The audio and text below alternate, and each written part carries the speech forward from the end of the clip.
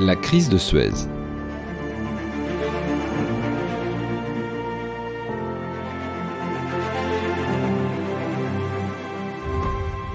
Bonjour à tous.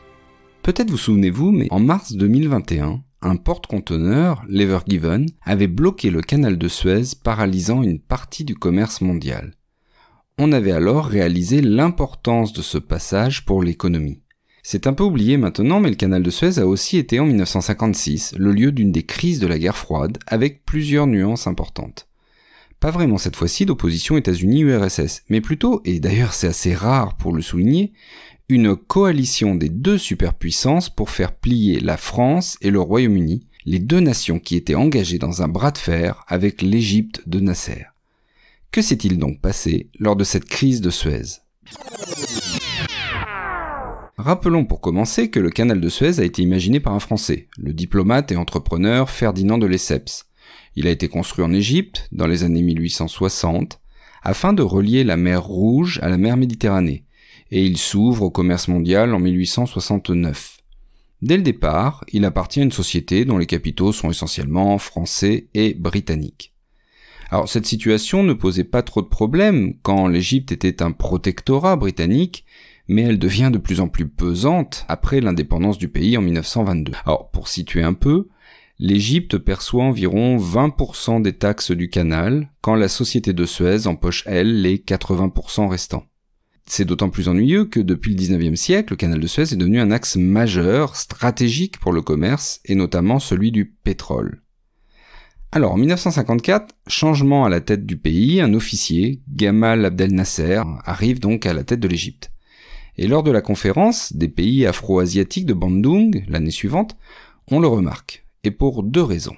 D'abord, il est en faveur de la neutralité dans la guerre froide, alors une position pas simple du tout à tenir à l'époque. Et deuxièmement, il veut apparaître comme le leader arabe, et d'ailleurs unir tout le monde arabe autour de l'Égypte. Bon, pour résumer, c'est un nationaliste arabe qui entend donc redonner toute sa grandeur à l'Égypte. Et pour cela, il compte sur un grand projet, le barrage d'Assouan sur le Nil.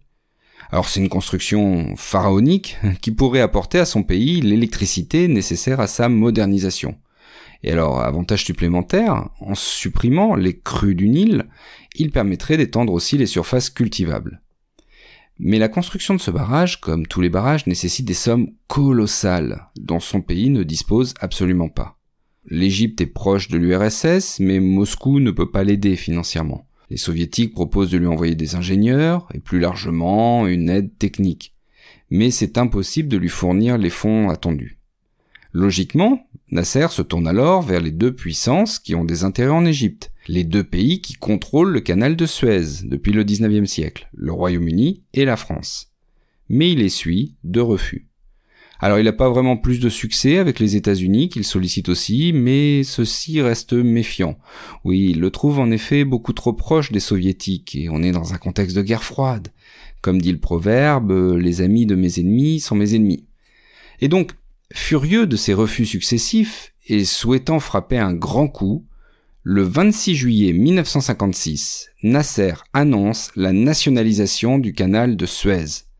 Donc du canal, de la compagnie qui le gère, et plus largement de la plupart des biens européens dans le pays.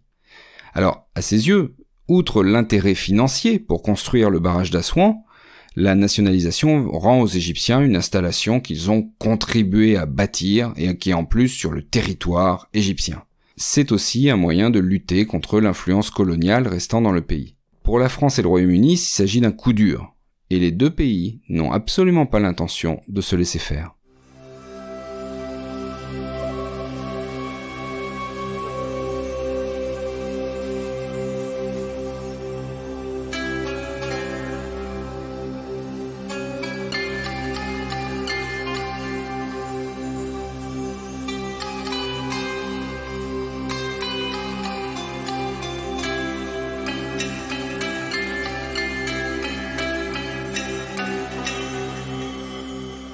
Le Royaume-Uni, alors dirigé par Anthony Eden, veut absolument conserver son influence au Moyen-Orient. À ses yeux, cela place le pays parmi les grands de ce monde. Quant à la France de Guy Mollet, qui est alors le président du Conseil, elle n'aime pas beaucoup Nasser, qui est considéré comme l'allié des indépendantistes algériens. Oui, ça fait déjà 2 ans que la guerre a commencé en Algérie, et l'Égypte n'hésite pas à aider le FLN.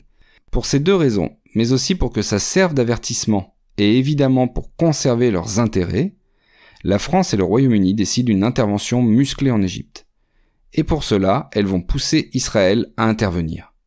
Bon, alors c'est pas trop difficile, puisque l'État d'Israël se sent directement menacé par toute puissance arabe visant à étendre son influence.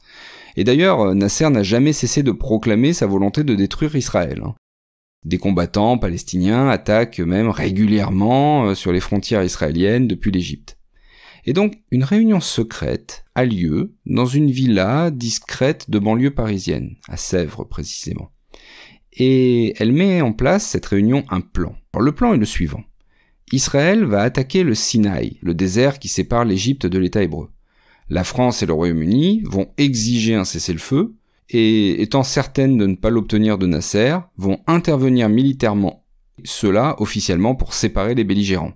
Bon, en fait, c'est pour reprendre le contrôle du canal. Au départ, toute l'opération fonctionne. Les Israéliens lancent leur offensive dans le Sinaï égyptien le 29 octobre. Nasser, comme prévu, refuse l'ultimatum. Et les Français et les Britanniques envoient des parachutistes et avec des troupes qui débarquent le 5 novembre à Port Saïd. Partout, l'armée égyptienne recule ou elle est écrasée. Et même si Nasser a ordonné de couler une 40aine de navires afin de bloquer définitivement le canal de Suez, la victoire militaire est totale. Mais sans qu'ils le réalisent, les 2 pays européens ont franchi une ligne rouge. L'ONU condamne fermement l'opération. Bon, ça, c'était assez logique et attendu. Ce qui était moins attendu, c'est que la France devient un repoussoir. Tous les pays arabes, ou presque, lui tournent le dos. Mais surtout, les 2 superpuissances de la guerre froide sont d'accord pour une fois, pour dénoncer cette intervention.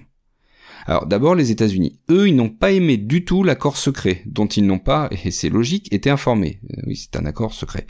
Cette guerre privée dans leur dos ressemble à leurs yeux à une intervention colonialiste, et ils n'apprécient pas du tout ce genre d'intervention. C'est une question de principe, et c'est aussi lié à leur histoire d'anciennes colonies. Et donc pour faire pression sur les Européens, ils vont commencer à spéculer contre la livre sterling, faisant chuter brutalement la valeur de la monnaie britannique. Quant aux soviétiques, ils sont à l'époque en train de réprimer violemment l'insurrection hongroise, donc l'ambiance n'est clairement pas à l'apaisement. Et pour régler cette crise, ils agissent donc selon leur propre méthode, claire et nette, voire expéditive. Bon, en 2 mots, ils menacent clairement Paris et Londres d'un bombardement nucléaire, et oui, tout simplement, si les 2 pays ne quittent pas l'Égypte. En situation de guerre froide, la réaction classique est de demander la protection des États-Unis. Mais pour la raison que l'on a vue précédemment, ces derniers refusent d'intervenir dans le bras de fer avec Moscou. Les Britanniques, déstabilisés par les attaques financières, sont les premiers à rompre l'alliance.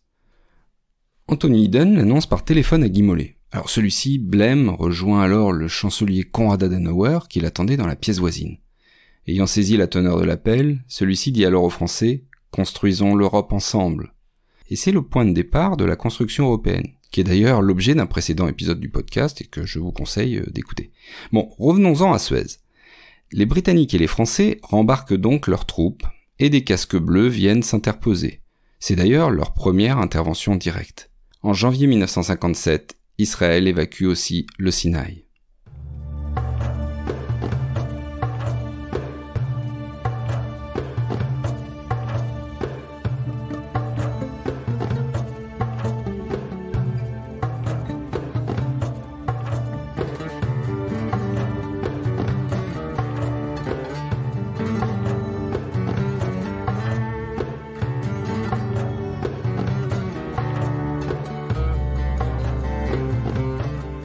Les conséquences de cette crise sont multiples. Nasser, par sa victoire, plus diplomatique que militaire, on l'a compris, obtient une immense popularité dans les pays arabes. Porté par ce succès, il va tenter de créer la République arabe unie, en faisant une union entre l'Égypte et la Syrie. Mais c'est un échec. La Syrie dénonce la domination de l'Égypte et quitte 3 ans plus tard l'Union. Les puissances européennes, elles, réalisent leur affaiblissement, surtout face aux deux grandes puissances de la guerre froide. Alors c'en est terminé clairement de leur politique isolée. Désormais, l'ordre mondial est contrôlé uniquement par les États-Unis et l'URSS. Le Proche et le Moyen-Orient échappent aussi à l'influence européenne pour devenir désormais un enjeu de la guerre froide. Alors, un dernier mot sur cette crise. Parmi les Français rapatriés d'Égypte à la suite de la nationalisation du canal, se trouve la famille François. Le père travaillait à la compagnie de Suez et arrive en France où il connaît le chômage. Son fils, le petit Claude François, est obligé de faire plusieurs métiers pour subvenir aux besoins de la famille, avant de connaître le succès grâce à la chanson. Et plus tard, il chantera ses souvenirs d'enfance en Égypte avec Alexandrie Alexandra. Quant à la compagnie de Suez, elle existe toujours, mais de fusion en acquisition, elle est connue désormais sous le nom d'Engie. Alors, merci d'avoir écouté jusqu'au bout cet épisode. Si vous l'aimez, n'oubliez pas de laisser une note sur Spotify ou sur Apple Podcast avec un petit commentaire si possible, ça fait très plaisir. Et surtout, ça permettra de nouveaux auditeurs de découvrir ce podcast. Et à très bientôt pour une nouvelle page d'histoire.